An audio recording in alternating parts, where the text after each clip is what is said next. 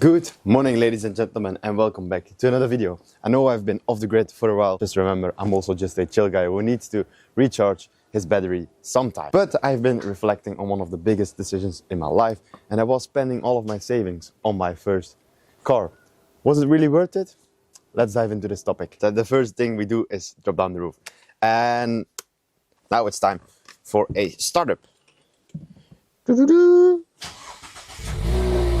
Yes, sir! That Ultra Sport exhaust, not bad.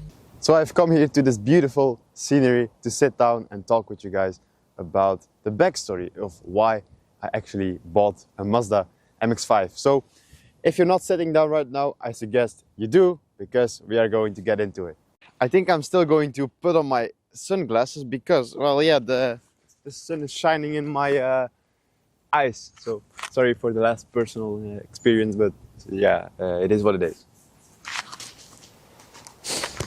Finally, I can sit down and relax with a cold breeze in my face. The perfect start of the winter. It's the 1st of December right now, and I'm going to give you guys the backstory on why I exactly bought the Mazda MX-5 behind me. So for that case, we need to go back 4 years in time. That was when COVID hit. 4 years ago, damn. Time went by so quickly. At that time, I wasn't really interested in cars exactly. I was more interested in planes, as I was dreaming about becoming a pilot one day. During COVID, I came across some car YouTubers named Shmi150, the Stradman, and all kinds of other YouTubers.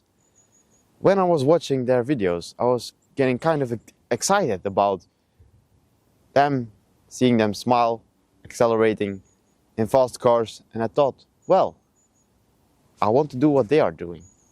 So that's what I did. I created my own YouTube channel named VictorDoesCars.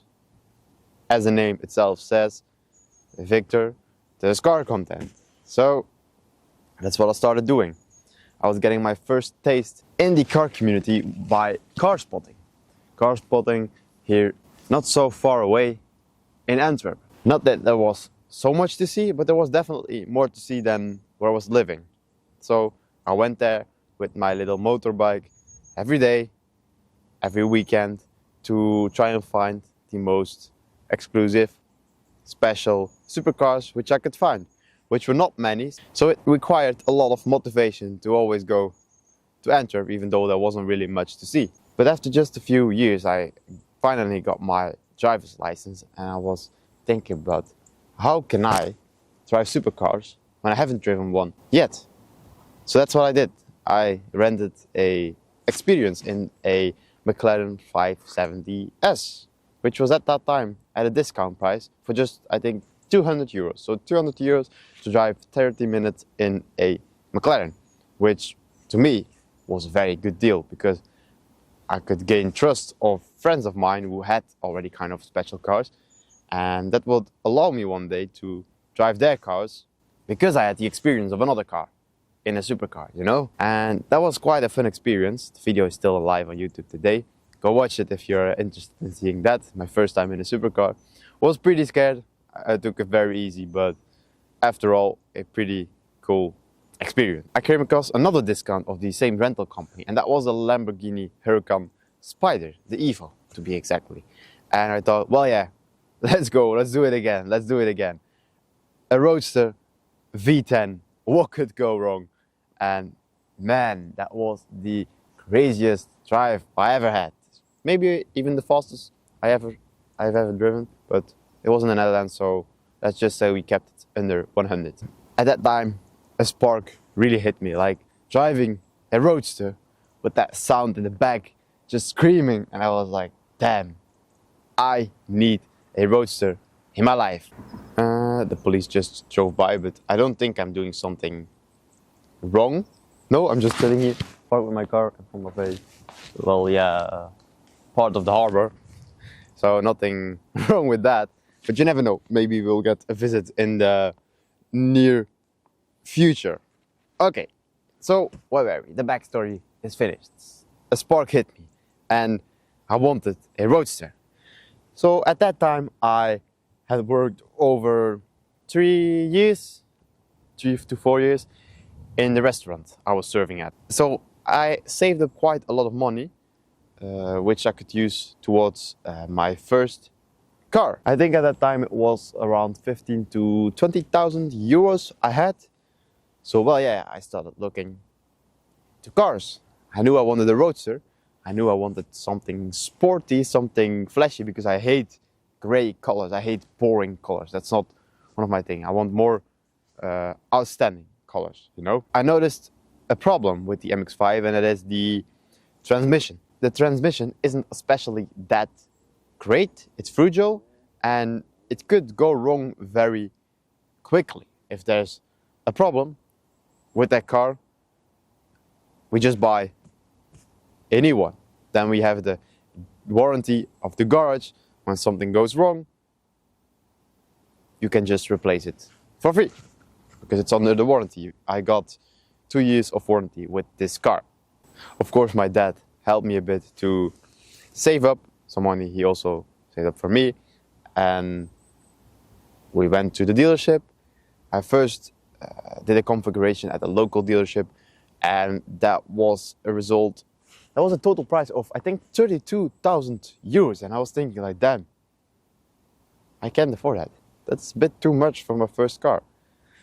Until I came across an offer in Bruges, which was 5,000 euros less. Boom, exactly what I was looking for. That way I could even afford my insurance and registration with buying it. Even though it was just a tight fit, I could do it. And I was thinking like, why not? I'm still young, I'm living at home. What could go wrong? So I bought the car for 28,190 euros, which was at that time a very good price because I already had saved quite a lot of depreciation of the car. And that's it. That's where my YouTube channel started to grow a bit. I was getting recognized more often with this car because it's a flashy red color, outstanding, just a fun car, not too loud, not too obnoxious. People really love the car. I really get lots of compliments with this car. Even when I was just setting up my setup here, some guy drove by, stopped here, he smoked a cigarette and he came to me and I said, well, cool car, man. Wow, beautiful. You're not selling it, right? No, not yet. Not yet. I'm still keeping the car. There's a chance there's another car coming in the near future, but I didn't tell them. So yeah, I spent quite a lot of money on this car, and I didn't saw it at a cost at the time. I saw it as an investment towards my future because I could potentially make money making videos, and it was more for the experiences and networks and relationships I built while owning this car than especially having the car. It's more the adventures that came with it rather than just driving an outstanding car just to flex on everyone.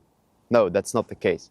I wanted to share the passion, want to enjoy the car myself and make friends along the way and build adventures and just create content which could inspire you guys to one day also buy yourself your sports car, buy yourself whatever, and just go chase the dreams you always wanted to.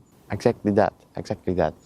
So the financial impact wasn't really that big for my case because I was living at home, and yeah, I have no monthly costs. I don't need to pay the bills of energy, of water, of whatever. I'm just at home working, saving money, doing my own thing.